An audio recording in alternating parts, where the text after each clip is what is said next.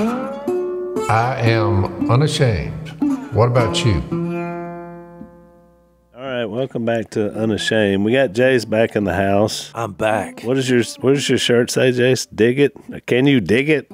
Dig it. How this phrase, although it seems simple. It's an old 70s phrase, Jase. Dad, you remember when they used to say, "Can you dig it"?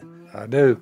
Yep. So You brought it back. So my lovely wife and my brother and his lovely wife, Jep, I guess he's the younger brother. The younger.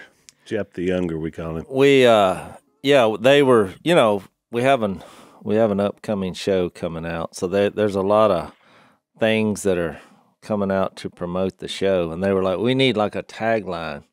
So I said that. I said, I got one. And they're like, what? I said, dig it. Dig it. And it was just crickets. I said, dig it. Get it? They're like, no. So after a few months of me, I brought that up. I said, you don't remember in the 60s and the 70s? It was, so you have that meaning. Right. We're bringing it back in a spiritual way. Yeah. We're digging up. Can you dig it? Lost treasure. And in the spirit that we just celebrated the resurrection. Yep. Amen. Dig it. Can you dig it? Dig it. See? I like You see that. the I hadn't thought parallel? about that. That's pretty good. So yesterday was Easter Sunday, which I was perfect for that we celebrated. Zach, did you preach on Easter Sunday? I did. What'd you preach on? Did you preach on the resurrection? I did. I kept it, and I kept it. Pretty much, it's pretty much a 30 simple minutes. sermon prep, right? If you do Very something other simple. than the resurrection, well, something's wrong with you. I went back to the book. I'm glad we did the book of Mark, because that's where I got into it. I started in John 2 when Jesus when he turned over the temples the first time, and he said, if you destroy this temple, I'll rebuild it in 3 days. And he was talking about his body. Mm-hmm. And then I went to Mark from pretty much the last 8 days of Jesus's life. And I mean, when you talk about hammering down on the temple, that's where he was at the last 8 days. And so we went through this whole thing of connecting the resurrection of the temple, the resurrection of his body, and then him becoming the cornerstone. And then now we are living stones built upon that temple. So that was my message in a nutshell. No, if you want to that's a go good check it out, you go to the website and listen to it. Did you ever raise your voice at any time? No, I'm not that kind of preacher. I just kind of, I don't do that. I hardly ever do that. I was just curious. So we did, Mike and I did at our church at WFR, we did a kind of a 50-50 is what I call it, a sermon. So we did the first half. We kind of looked at the life of Peter, because ours was called Witnessing the Resurrection. We've been teaching through the book of 1 Peter, kind of mirroring what we did on the podcast. It sounds like to me you and Zach are getting all your material from the podcast. Oh, there's no doubt about it. No, there's no question about it. At this stage, it's efficiency. Exactly. At this stage of my life, especially since I'm not being paid anymore, I'm like trying to and all this multiply time, all my studies. the secret is revealed of what. Okay, I get it. Well, that's no. I'm getting everything I can get out of you, Dad, Zach, wherever I can get it from. I'm adding to the table. So we were looking at the life of Peter, and so my thought process is that Peter obviously became a different man once he witnessed the resurrection. Yeah. And so, he became, this guy that would write 1 Peter. And so so I had this idea. We had this thing we call cardboard testimonies that we did years ago when I was at WFR. It wasn't an original idea. We saw it. Yeah, I think that was done 20 years ago. Oh, at least. Yeah. And so Mac Owen, who we had on the podcast, Jason, when you were gone, Mac is the one that first found it 20 years ago. He showed it to me on a video some church was doing. I said, that's the most amazing thing I've ever seen, because you can look at 20 or 30 or 40 kind of short testimonies in one setting, and you kind of see these little life changes. So we did that yesterday. So the idea was we were witnessing the resurrection through the eyes of other people. And so we call them cardboard testimonies. So yesterday we had lunch together, kind of a little family gathering after, we met together at my house. Oh, it was, and that was fantastic. Oh man, it's a good grub. Yeah. Brisket, I don't know, with the bark. I guess Jay smoked that. They smoked it. Yeah. It looked 24 hours. It looked burned. So I thought, You were worried about it. I was worried. I know. But And we were trying to find the grain of the meat because you always want to, just helpful tip for gatherings, you want to cut across the grain. Correct. And so we were determining that. Of course, I was just using that for an excuse to be closer to the front of the line because I wanted to try this, you know. That's the classic move of let me help you find that grain. So that at the closing prayer, you have not only found the grain, but you found your way right there close to the front. I did get nominated for the prayer, so then it justified me being up there. You did. You worked for it. You did. I was like, Jay, go ahead, bless this food, because there was a long delay. I think you were guilty of causing the delay. I was, because typical, we had a lot of visitors, and I preached yesterday, so I was working the line, and I was like, well, and y'all were cooking macaroni and cheese, and I'm not going to say who, but somebody said while the wait went on, I don't like waiting on macaroni and cheese. I just thought I'd say that. Unless you ate it, then it was worth the wait. This ain't This ain't no box mac and cheese, Jays. This is the homemade. No, it was homemade, but the bark was not. It was not burned. It was. Oh man. Perfection. Full of flavor. It was one of the greatest things I've eaten. It was the best brisket I've ever eaten. Yeah, Pretty good. Fantastic. It was delicious. So Dad comes up to Jace and he says, "Jace, this poster board gig that was." No, he just Phil has a habit. This is a little weird since he's sitting catty corner from me, but Phil has a habit for coming up and starting in seemingly the middle of a conversation. So he walked up to me and he said, this poster gig, the poster gig. And I said, poster gig. I was looking around on the walls at Jay's house because I was like, I don't see any posters. And I couldn't figure out what he was talking about.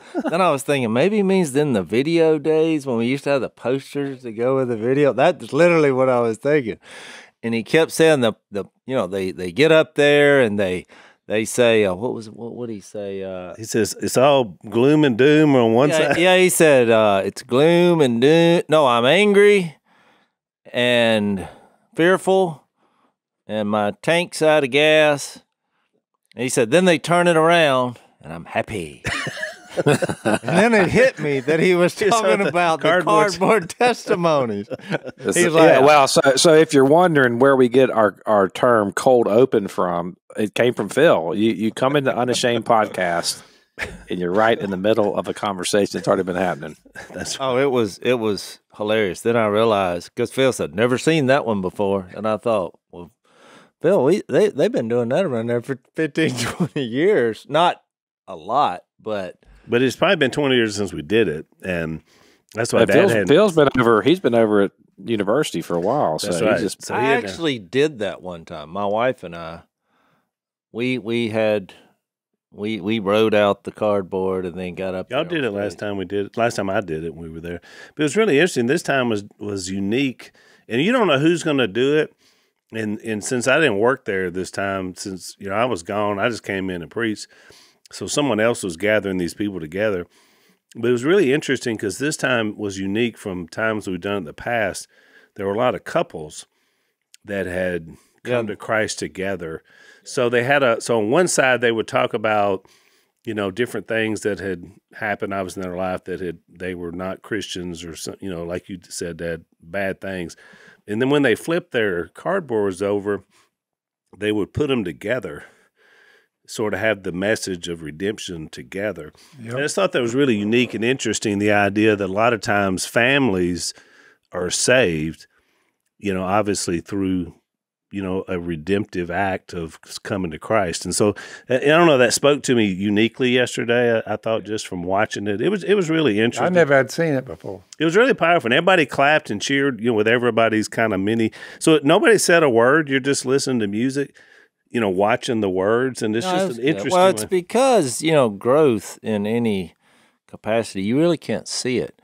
I mean, we measure it, we test it. But you think about it, I mean, there's a reason why when you're little kids, you're putting the pencil over his head and writing on the door frame, and because you don't feel like you're growing. And if you stare at somebody, in a physical way, or plants or Well, it's the same thing, when you go to spiritual, these people are giving you a capsule of what's happened in their life. And they might have been there for years, and then you're like, oh, wow. Because one side, like you said, Phil, is like, oh, and they turn it around. So they're showing the evidence of growth, transformation and growth spiritually. Yeah, which was powerful. It was. Yeah. So it made a nice Easter message for us. So you were telling me you saw something yesterday. Yeah, so, it's a tradition like no other. Like no other. I always watch the Masters, and it kind of, in this case, I was watching it for a couple of reasons. One, I have not touched a golf club in probably 6 months. Yeah, me neither. There's been no time.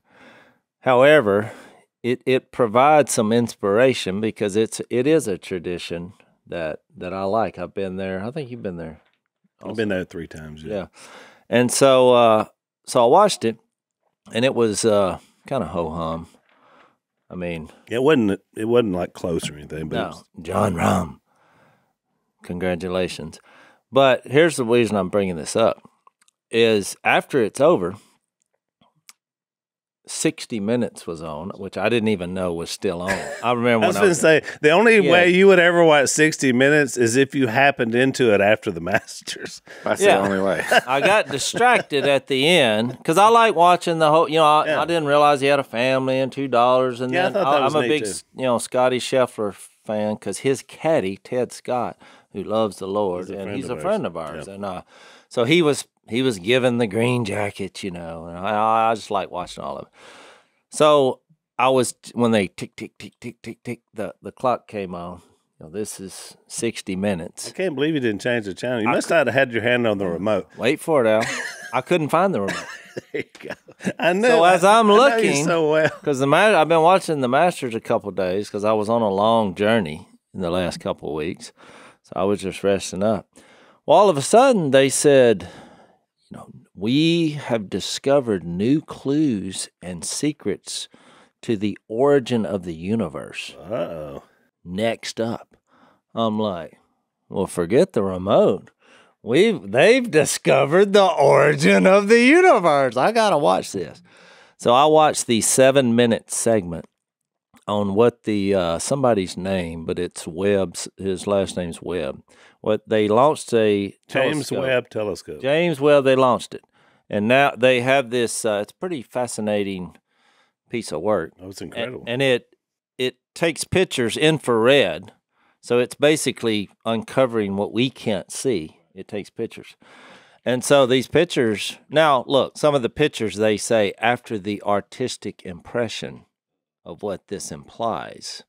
It's so I thought, oh, wait a minute now. I thought this was the picture. Well, they have the pictures, and then, they have artists who then tells you what it really should look like. So all of a sudden I was seeing it was starting to leak oil.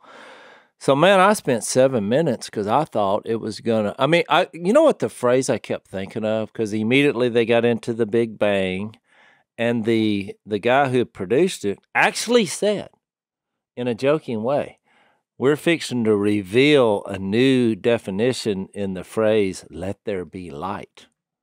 I was like, okay, this, are we actually we're going down that road? But then he grinned like that was a joke. So, yes, he was kidding. So then they started revealing this, and I spent 7 minutes of my life, which I'll never get back. And all I heard was maybe, possibly, we were wrong. Now this changes everything. But the clues and the secrets never came forth. It just revealed that it was way bigger than they thought, and that there's no such thing as really what we call space because it's way more crowded than they thought. And so the phrase I kept thinking of is they're going to have a smoking gun to the Big Bang. Get it? There was no smoking gun. So here I am looking for the person who pulled the trigger. Yeah. Instead, it was just the thing that sticks out of the end that says Big Bang. It was just impressive, and it made me validate my faith that there is a designer to the design. Well, Jace, you're in luck as well as our audience because we have a guest today. Little did we know that you would lead us right to the promised land. You think that we would be coordinated on that, but it was sheer random from my like everything else on this podcast. It was just where God leads us. So, Zach, we're going to take a break, but tell us when we come back who's going to be our guest on Unashamed. A good friend of mine, a guy named Frank Turek, who is I would argue, one of the greatest Christian apologists out there. He wrote one of my favorite books that was very transformational. And when I went through a season of doubt, the title of the book is "I Don't Have Enough Faith to Be an Atheist." And Frank's in town touring a bunch of college campuses, and so yeah, we'll get him on this conversation, Jace. He's one of the best out there. So awesome. Stay tuned. Come back over on the other side of the break for Frank. So a lot of Americans have had it with supporting companies that are raking in billions of dollars by seemingly trashing the same country that has made them successful. I mean, you get that a lot out of the corporations. Unfortunately, this woke stuff, man, it's everywhere. And so until recently, until companies like Patriot Mobile, who's been one of our sponsors for a very long time, has come along to change the game. They embrace the values that we embrace and have made America great, and we can help support these guys. They're the only Christian conservative wireless provider. They offer dependable nationwide coverage on all three major networks so you can get the best possible service in your area. Plus, they offer a coverage guarantee. So if you're not happy with your coverage, you can switch to a different network for free without changing carriers. So they offer a great deal. Go with these guys. They support what we support. Free speech, sanctity of life, Second Amendment, our military and first responders. They also offer special deals for those guys, which we love. They have a 100% U.S.-based customer service team that makes switching very easy. If you go to patriotmobile.com/Phil, or you can call them right now at 878-PATRIOT. You get free activation today with the offer code Phil. So let's stand together, support companies that share our values. patriotmobile.com/Phil, or you can call them at 878-PATRIOT.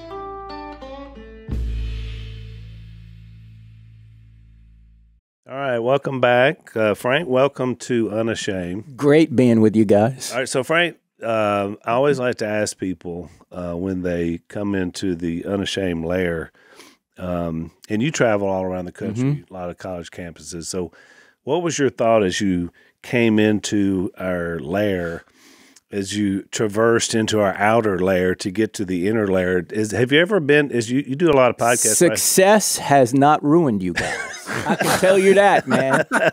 It has not. We are in the lair, and nobody's finding this place. Nobody, right? Nobody. They're never going to figure this. I was asking Phil before the Phil, can you tell the story of how you found this place? Because it's, Yeah. like, you grew up more than 2 hours from here. I told Miss Kay to find me a place where we're right down on the river bank. I said, in the woods, dirt road. And I said, I'll fish for a living, and then I'll build these duck calls right here. And that long green will be in your pocket. That's the way it works. And here we are. She was looking at me. She said, let's do it. Now, it was funny when y'all were talking before, though, because you're speaking at Louisiana Tech. That's right. And Phil, you infamously went there and was a quarterback, but you were telling a story about how it relates to how you got down here.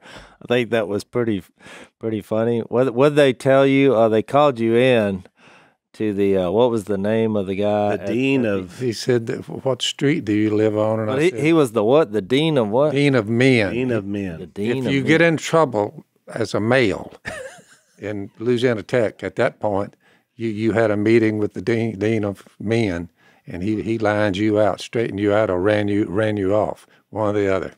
So you went in there, and what did he say? I went in there, and he went to bad-mouthing all where I put my boats and hook nets and decoys and in my yard, and he said, where you live, that road is called Scholar Drive. And Mr. Robertson, I don't know how to tell you this, but you're not very scholarly.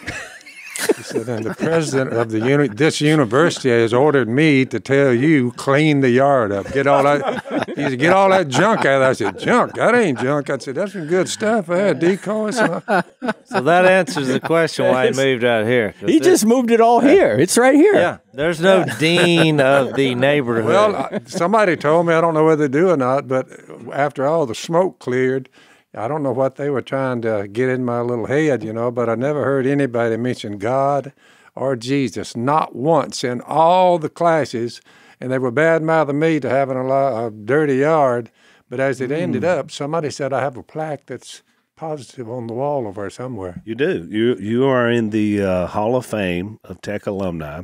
You were put in there in 2014. The Dean of Men tried to thwart that. Well, he's probably, the Dean of Men is taking credit for your success. He's probably passed on by now because he was, it's been a while. But I could hear him saying, yeah, I finally got that guy. So on Dad's plaque, it says duck hunting icon, television personality, servant of Christ.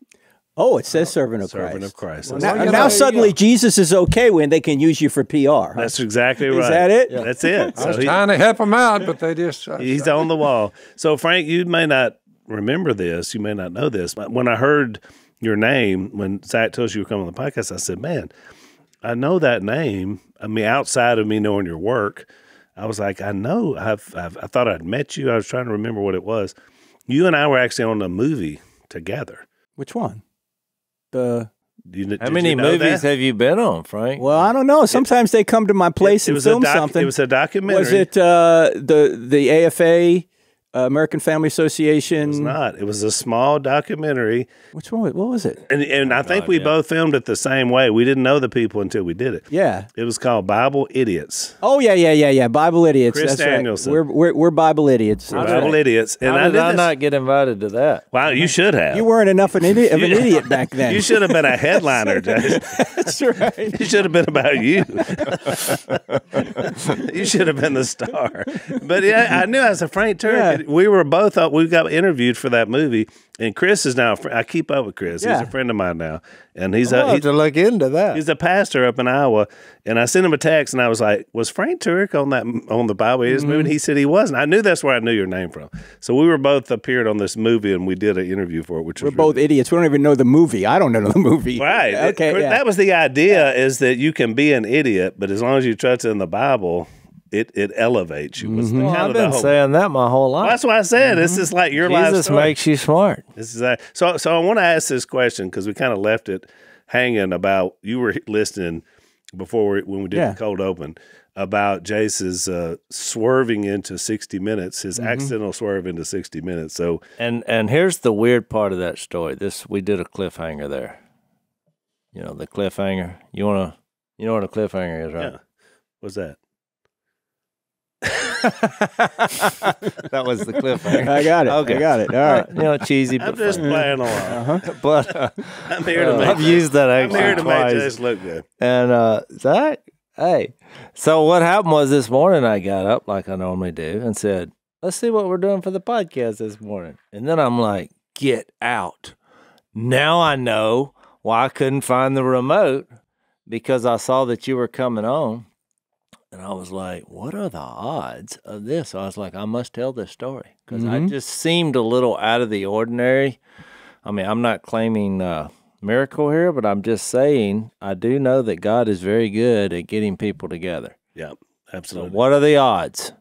So you go to college campus. Tell us a little bit about what you do, your ministry. You have a television show, you have radio, you have podcasts. You're everywhere. Right. Yeah. So tell our audience a little bit about. I'm on Bible Idiots too, but I didn't know it. Yeah, exactly. All right. We do colleges, high schools, churches. We present evidence that Christianity is true. From this book, I Don't Have Enough Faith to Be an Atheist, which I wrote with the Michael Jordan of apologetics at the time, Norman Geisler. When this guy died 4 years ago. They added up the number of books he either wrote, co-wrote, or updated. It was 129. The guy's forgotten more than I'll ever know. Anyway, we wrote this book, I Don't Have Enough Faith to Be an Atheist, in 2004. 2007, created a ministry called crossexamined.org. That's cross-examined with a D on the end of it. And we go to colleges, high schools, churches, present the evidence that Christianity is true. We talk about the Big Bang. If there's a Big Bang, there's got to be a Big Banger. There's got to be a creator. And we'll talk about that at Tech tomorrow night. Going to be at Louisiana Christian tonight talking about these issues. We go to a lot of secular colleges. I was at LSU last year talking about this because other than the White House, the most unchristian real estate in America is the college campus. That is correct. That's correct. And so that's why we're trying to bring the evidence to the college campus. We're trying to throw a lifeline to Christians. We're trying to put a stone in the shoe of the skeptics. And we open up the Q&A mic for anyone. They can say whatever they want. And so we've got about 1,600 videos on our Cross-Examine YouTube channel. Most of them are Q&As from the college campus. And so do they generally ask the same questions pretty much? They ask a lot of the same questions. You probably get 20 of the same questions over and over again. And the questions are usually related around morality. Really? You know? Oh, yeah. It's all LGBTQ stuff, or why did God kill the Canaanites, or why is there evil in the world? Yeah. Why did God create people he knew would go to hell? These kind of questions you get all the time.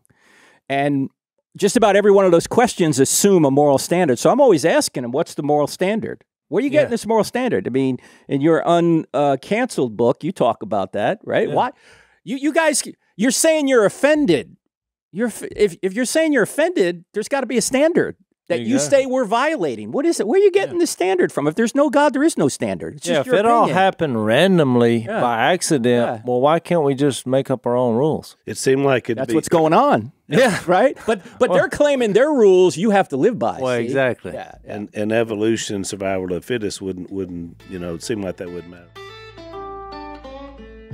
So our old friend Steve Deese, who is a fellow Blaze host, he has a new movie that's out, and it's called Nefarious, and it's pretty interesting. It's kind of based on the Screw Tape Letters, C.S. Lewis's book, and some people have called it Interview with a Demon, Zach. Yeah, Phil, you saw it, didn't you? Phil, you got to watch it this weekend. Everyone needs to see it. What was your thoughts on it, Dad? There's about 75 verses either dealing with the devil or the demoniac. 75 times that's mentioned. If you think about it, it rose to a head while Jesus was here to show that he had power over them, in my opinion. Mm-hmm. But to say there's not a lot written about that particular subject, there's a lot of information about the demoniac, and this guy is one of them. Yeah, and so the idea of the setup is the psychiatrist is called into prison to interview this guy who has a demon called Nefarious, and so this guy is supposed to try to decide whether he's insane or not. So it kind of, really brings it into a modern vernacular. Whoever that actor was did a fabulous job. Really interesting, in my opinion. Supernatural, and yet, as you said, that biblical from the idea. So it's called Nefarious, opened on April 14th. Make sure you get your tickets at whoisnefarious.com. So that's whoisnefarious.com. Check it out. Very apropos. Nefarious is, the epitome of evil. There you go.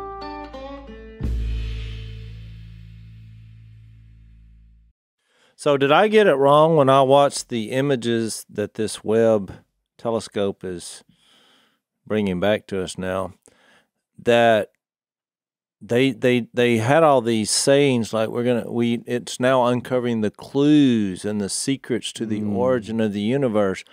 But the more I read, because then after I watched this, I started reading because I just want to say, oh, maybe I missed something.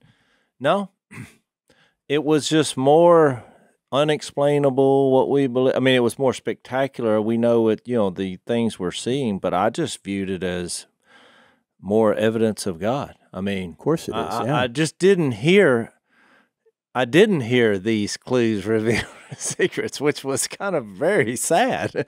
No, they pitched that on the show, and even in all the articles I read. What the Webb Space Telescope has confirmed is that the idea that space, matter, and time had a beginning is really true. Yeah. Now, if space, matter, and time had a beginning, what could have caused that? Only something that's spaceless, timeless, immaterial, powerful to create the universe out of nothing, personal in order to choose to create. In other words, whatever the cause was, someone had to make a choice, right?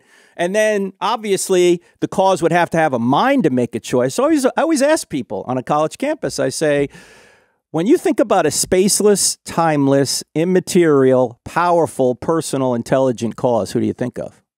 And everyone says, well, it's God. Yeah. Well, but they say, how do you know it's the Christian God? And my answer is, we don't yet. I mean, it could be Allah from this one argument, right? Right. But if you look at the evidence for Jesus rising from the dead, then you realize that the same being that walked out of the tomb 1,990 years ago this week is the same being in whose divine nature created the universe out of nothing. So you get those two facts, that God exists, he created the universe, and Jesus rose from the dead. Christianity's true, and this book is true. Yeah. You can show that the Bible's true just starting with those two facts. And that's what we do in the book, I Don't Have Enough Faith to Be an Atheist. Oh, that's powerful. I love it. What would you say to the student that would say, especially like this is Easter weekend we just came out of, and they say, well, because I mean I think it's at least fair to acknowledge that we put our faith, and I said this at the beginning of my sermon yesterday, I put my faith in a man that I've never physically met, that allegedly was killed on a Roman cross, put in a tomb, and 3 days later his dead body came to life. So how do you approach if somebody says that? I don't accept that as a fact. Like what's kind of just your core kind of go to if you're in one of these settings and somebody asks a question like that? How do we know? How do we know he rose from the dead? Yeah, the first thing I'm going to say is if God exists, miracles are possible, right? If he exists. Right. And the greatest miracle in the Bible is not the resurrection. The greatest miracle in the Bible is the first verse. In the beginning, God created the heavens and the earth, because if there is a God who created the heavens and the earth, can he raise Jesus from the dead? Can he walk on water? Can he part the Red Sea? Of course he can. Yeah. The interesting thing is atheists are admitting the evidence for the first verse. I mean, they don't think it's God, but you watch 60 Minutes and they talk about there's a beginning. And Stephen Hawking. There was no doubt there was a beginning based on. I watched it. Yeah. They're acknowledging. That's why he said that let there be light, because there was a start. That's right. And if Genesis 1:1 is true, resurrections are possible. Then I point out that all the writers of the New Testament, with the exception of Luke, they're all Jews, right? They all think they're God's chosen people. Why are they inventing a resurrected Jesus? Because by saying that, they got beaten, tortured, and killed, right? So last time I checked, being beaten, tortured, and killed is not a list of perks, right? We're not going to make that up, right? So, and I know this is going to sound weird for all of us out here in the Unashamed podcast land, that we, and Zach, you preach on this too, that the Bible is the inerrant word of God. What I'm going to say now is going to sound like I don't believe that, but it's true. And that is, Christianity is not true because a series of documents we put under one binding we call the Bible says it's true. In fact, Christianity would be true if the Bible never existed. And people go, why? What do you mean? Because I always ask them, do you realize there were thousands of Christians before a line of the New Testament was ever written? Why? Because they witnessed the resurrected Jesus. They didn't read about it in a book. Right. They saw him. Yeah. Look wasn't there. And then they wrote it down. Great point. Then they wrote it down. So I always say that the New Testament writers did not create the resurrection. The resurrection created the New Testament writers, right? We wouldn't have these New Testament documents, Zach, written in the first century by people who claimed to be Jews and didn't think a man could claim to be God or rise from the dead. They thought that was blasphemy, that a man would claim to be God. I mean, the last people in the world are going to say a man is God are the Jews, right? Yeah. And yet here they say a man claimed to be God and rose from the dead. That must have really happened. If it didn't happen, they never would have went to their deaths writing this stuff down. That's right. Yeah, exactly. Yeah, I like 2 Thessalonians. Yesterday I gave a lesson on Jesus, him crucified and raised from the dead, Easter Sunday. But I started with this. Among God's churches, we boast, this is written 2,000 years ago, thereabouts. The churches we boast about, your perseverance, your faith, and all the persecutions and trials you're enduring. They were really catching a lot of trouble, way more than we are now, but it was the same group. All this is evidence that God's judgment is right.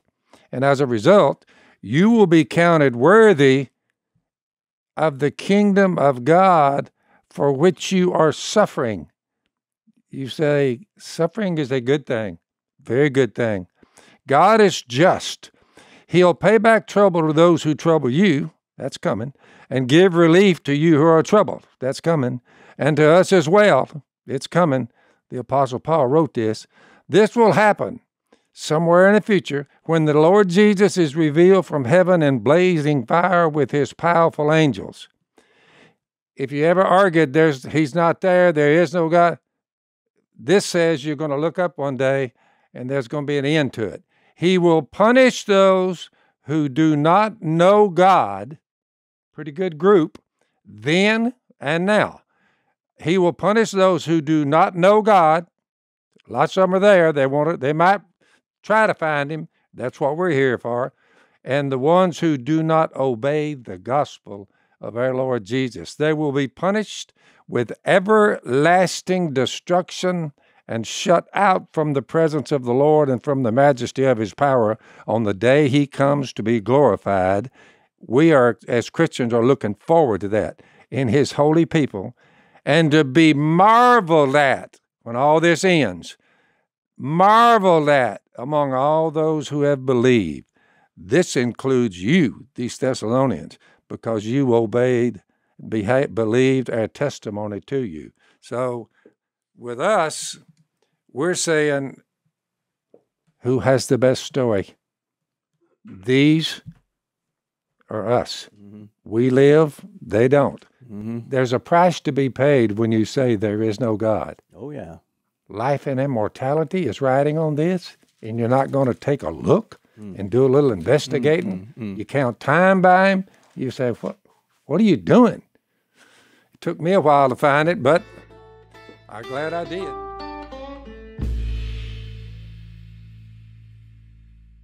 I think the first miracle also was, you were talking about the first miracle. The greatest miracle in the Bible, yeah. Yeah. Genesis 1. The first miracle from non-believer perspective would have to be, because I've spent a lot of my life blowing things up. It's just what we do down here.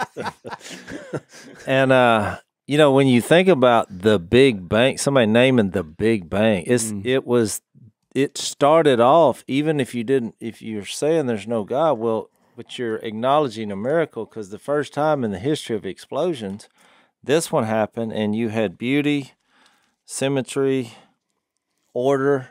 That's the design argument, Jase. Yeah. That's right. Yeah, it wasn't a random Big Bang. Yeah, when I look at these things that blow up, I'm like, okay, so it just doesn't add up, and that's why I told you before we started. I was like, when I was watching this, because when I was early in my faith, I remember thinking, I wonder if they send these telescopes out there, if they're going to find something that all of a sudden just nullifies God, and I was scared because I was immature in my faith. But now, even when I watched that when I was watching this imagery of the telescope, I was 100% confident. I knew what they were going to say. I knew there was going to be nothing to this. Oh, we found the secrets. We're fixing to reveal the clues of the origin of the universe. And then it was never revealed, because I just thought they wanted your attention, but it was like a lot of other, philosophies out there. It was hollow and empty. And so it was kind of disappointing. Well, it seems to be, I was expecting whether more. We're looking inward, whether it's archaeology, those type things, or we're looking out, astrology, whatever, everything has continued to give us more evidence. That's right. Of Creator, more evidence of the Bible, more evidence of those things, not less. I mean, it continues to be proven to what we've always believed, not the other way around. I was wanting to know your thoughts. I would think you get a question from the audience. Well, how come that science and archaeology says the universe is, like, what do they say now, 14 billion, 13, like 14 billion years old, and the Bible seems to only be, 6,000 to 7,000? Depends on how you interpret it. Do you get that question all the time? Yeah. And I always say I'm absolutely convinced the universe is at least 61 years old. That's how long you've been throw here? my mom in there. She's 85. All right. That's a great line. We talk about it. It's on our YouTube channel. The short answer is this. I think the Bible leaves the age of the earth indeterminate. Here's why. What's the first verse of the Bible say? In the beginning, God created the heavens and the earth. Okay. When did God create the heavens and the earth? It says in the beginning. You say, what about the days? The days don't begin till verse 3. In fact, the first verse says, in the beginning, God created the heavens and the earth. There was no word in Hebrew for universe, so heavens and earth is the universe. Yeah. And then the next verse says, and the earth was formless and void. Wait a minute, time out. You went from the whole universe to now the earth. What happened in between? Doesn't say. Doesn't say. Right? It could be thousands, according to the Bible, but it could also be a lot longer. And I think the best evidence is it is older, but I don't care how old it is. I don't care if it's old or young, because you still need a cause no matter how far back you go. And Frank, to that point, so you're sitting at a table where you've got an old earth guy, a young earth guy, and a guy in the middle. Yeah. That thinks I was kind of with Frank. I agree with everything he said. Right. So what I'm saying is you're sitting at a table with guys that have three different views of that exact thing. Right. And yet we're all in unity that God did it. But here's why it doesn't bother me. Like last night when they said the earth is 14 billion, I mean the universe is 14 billion years old. Well, a thought hit me in that moment. I thought, well, I know that this creation reveals a creator. Well, how old is God? Think about this, though. He's eternal, right? Yes, he's eternal. So why would it bother me if you even claim that you could prove that it was 14 billion years old? Yeah. Well, that's nothing compared to who started it. Well, he's outside of time. If time was created, whatever created time is timeless. And if you're timeless, do you have a beginning? Do you have a cause? No, he's outside of time. That's what I'm saying. So it wouldn't bother. That's my point. We're trying to interpret the times, and we're missing the one who's the father of time. He invented time. I'm a little bit stretched out when some guy says, I said, now how old is the earth? They said 14.5 billion years. I'm like, look, when you see a human being, the universe was you see a human being who tells you he knows when the beginning was, which was 14.5 billion years ago. Don't listen to him. He doesn't. Well, I mean, it's a good point. That's a long time ago. That's right. That's right. He wasn't there. But no, he wasn't. We keep talking about science says this, science says that. In reality, in fact, we covered in this book, Hollywood Heroes, how your favorite movies reveal God. That science. Well, you're in Jace as well. I didn't know you wrote this book. Yeah, with my son. This immediate. I thought I was the only person revealing that, and now I was late to It's in this book. It's in the I Don't Have Enough Faith to Be an Atheist. Here's the interesting thing. Science doesn't say anything. Scientists do. That is exactly. correct. Science doesn't say a word. Why? Because all data needs to be gathered and all data needs to be interpreted. Thank you, Vanna. All data needs to be gathered. All data needs to be interpreted. And who does that? Scientists do that. Yeah. And sometimes their philosophy, Phil, as you know, will cause them to interpret the data differently. In fact, you ever wonder why we got such conflicting advice on COVID? Man. Why? Because science doesn't say a word. It's scientists saying things. And some scientists are saying, we're right, and we're going to shut you up because we think... Wait a minute, Frank. Are you telling me that Tony Fauci is not science itself? He's not science. I thought he himself, physically in his body, was science. I had a booster. I had 5 boosters. I still got COVID.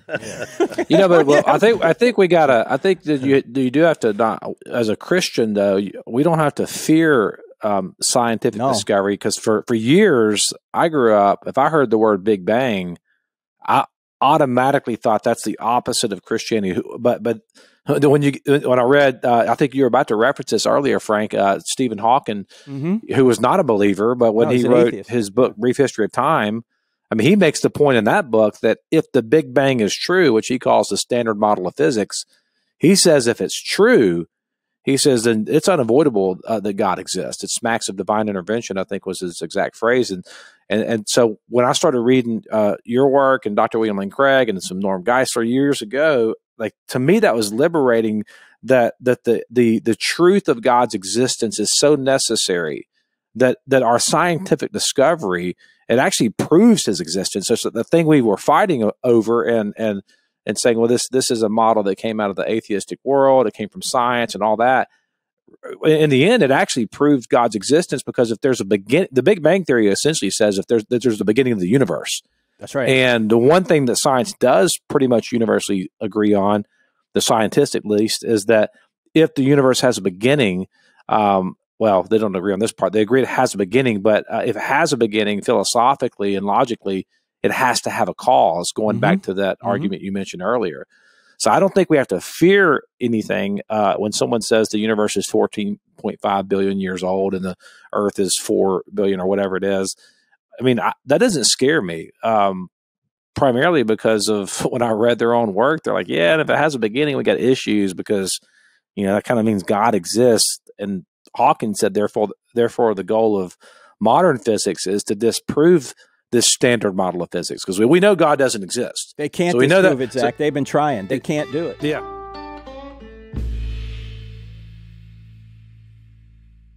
Yeah. In fact, they can't get around it. No, the last 50 years has been one failed attempt after another to get rid of the Big Bang cosmology and replace it with a new theory. They can't do it because the evidence... By the way, you don't even need science to know this. How could today have gotten here if there were an infinite number of days before today? Couldn't, right? You'd always have to live another day if there was an infinite number of days before today, before you got to today. But since today's here, there can only be a limited number of days before today, which means whatever created time has to be timeless. And if you're timeless, do you have a cause? No, you're the uncaused first cause. So when people say, who made God? You go, nobody. It's like asking a bachelor, what's your wife's name? He doesn't have a wife, right? Yeah. He's So God is unmade. You don't ask who created the uncreated creator. He is the first cause. Yeah. It's unavoidable too. I mean, it's completely, you cannot avoid this conclusion. I mean, I sat on a plane recently with a theoretical, she had a PhD from Princeton in some kind of engineering, and her husband was a professor at an Ivy League school who had a PhD in theoretical physics, which I'm not even close to that level of intelligence. But I started to throw some of this at her because she wasn't a believer, and I was doing it very kind, but I was just throwing these concepts out there of an infinite past and how that would be impossible, and an infinite regress, and I mean, it was like she had never heard it, but she didn't have an answer for it because this is mathematics. I mean, this is logically coherent. You can't avoid, number one, the fact that the universe has a beginning, and number two, you can't avoid the fact that if it does, then there has to be a cause to that. And to me, that strengthened my faith so much in the early days of my walk with Jesus. And if you're going to say no to that it doesn't need a cause, you've just given up on all science, because science is built on cause and effect. That's what you're trying to discover, right? Scientists are looking for causes of effects. In fact, that's when people say, how do I know God exists? I always say, well, one way I know is by his effects. Right? I'm reasoning from effect to cause. So if there's a creation, that's the effect. I'm reasoning back to a cause of creator. If there's design, that's the effect. I'm reasoning back to a cause of designer. If there's a moral law written on the heart, that's the effect. I'm reasoning back to a moral lawgiver. If there's evidence a man claimed to be God and rose from the dead, that's the effect. What could have caused that? Exactly. Only a being like God. Yeah. I say the same thing about DNA. If there's a sophisticated code in your body, who wrote it? It's a coder. Yeah, it's a program. It's got to be a programmer, right? I've always thought of the idea of the 3 in 1. Let us make man in our image, and how when you look at humans, how we have this sort of 3-part makeup of who we are, and how that smacks of what we see in God from what we study in Scripture. It's always been that marker to me that it just makes perfect sense that when you see a human being, you see a person made up of our animation, our spirit and our physical body, and yet that thing that draws us to the spiritual, where does that come from? I mean, how does that just come out of thin air, out of that crawled out of the primordial soup? Where did the primordial soup come from? Exactly. If that's how, and we didn't get here that way, right? The evidence shows that's not the case. There's a designer. Not to mention all the artistic side of things as well, right? But I will say this, Zach, when you said you were sitting beside the real smart professor from wherever, it's not what you know that makes you smart. which we were joking about this earlier, but it is who you know and who you're known by. So that's what I'm saying. I'm not impressed if someone can retain a bunch of meaningless knowledge or has an extensive vocabulary, as I've proven. Because really, when you talk about, Jesus, I mean, I think it's funny that Jesus said, I'm the Alpha and the Omega, which we'll talk about that on another podcast. Yeah. But the first letter of the alphabet, the Greek alphabet, and the last, it's more who you're putting your faith and trust in. And that's what's the interesting thing. I loved your point about the Bible, whether it being true, whether you're actually reading it or not. It points to a person, a being that's more sophisticated than us, obviously. But if you're in a right relationship with the author of this Bible, you're good. No matter how many verses you actually are able to memorize and say, that it becomes a smaller point than when you're having a friendship and a vibrant relationship with the creator of the universe. Yeah, death is philosophy's only problem, right? We all die, right? Yeah, exactly. Yeah, if we live forever without God, okay, what would we even consider a cause? But we don't, and that's why. I mean, look at this Bible, man. This guy has got this thing torn up, man, because he knows.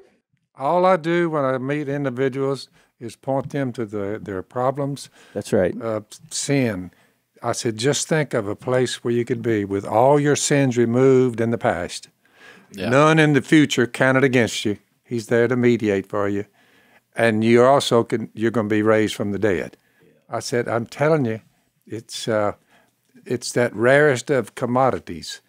It gives one peace of mind. Which I think is the greatest apologetic is what you just said. You mentioned 2 Thessalonians chapter 1, which is funny, Phil, because I preached out of that. I used that same text yesterday in my sermon, and the point that I made was that there's another level like beneath us, because we're not just purely cognitive thinking beings that are looking for rational answers, although we are. That's part of what we are.